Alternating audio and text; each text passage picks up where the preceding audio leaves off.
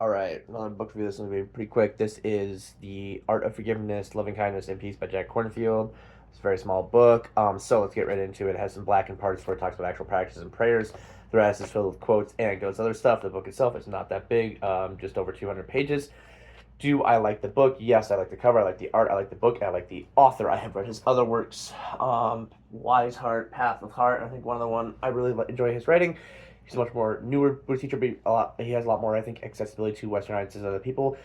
Based on his background, he's not always been born and like raised in this stuff. He does his teacher is Achan John. I can't pronounce the name. I'm butchering it, but it's the forest tradition. Um, see some stuff there.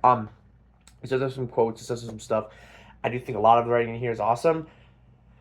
The big takeaways that are negative though is the book is pretty short, only 200 pages, and you're paying at least on paperback. This is $19 US dollars. You're buying brand new. I think I got it for a little bit less, but for that, I don't like that pricing. $200.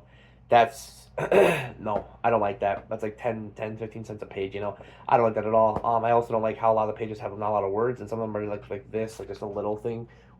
Which again, and then also a lot of it's quotes, which isn't necessarily his work. Not a lot, but at least 20-30%. So I'm torn because I do like this book. It did make me feel better. It does help with stuff, especially the practices. However, this should be like a $5 pocketbook, considering a legitimately almost half there are just quotes that are not his, that he just compiled, and the rest of it's his book, which just kind of shows you how easy to make a book is. So honestly, I'm gonna give this maybe a 6.5. Brutal rating is just because, again, shortness for the price. A lot of it's just not original slash quotes. It's nice.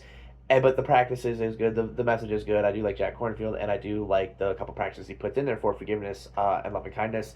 And I did think the book was somewhat helpful. I just think it is absolutely paired in comparison by his other titles.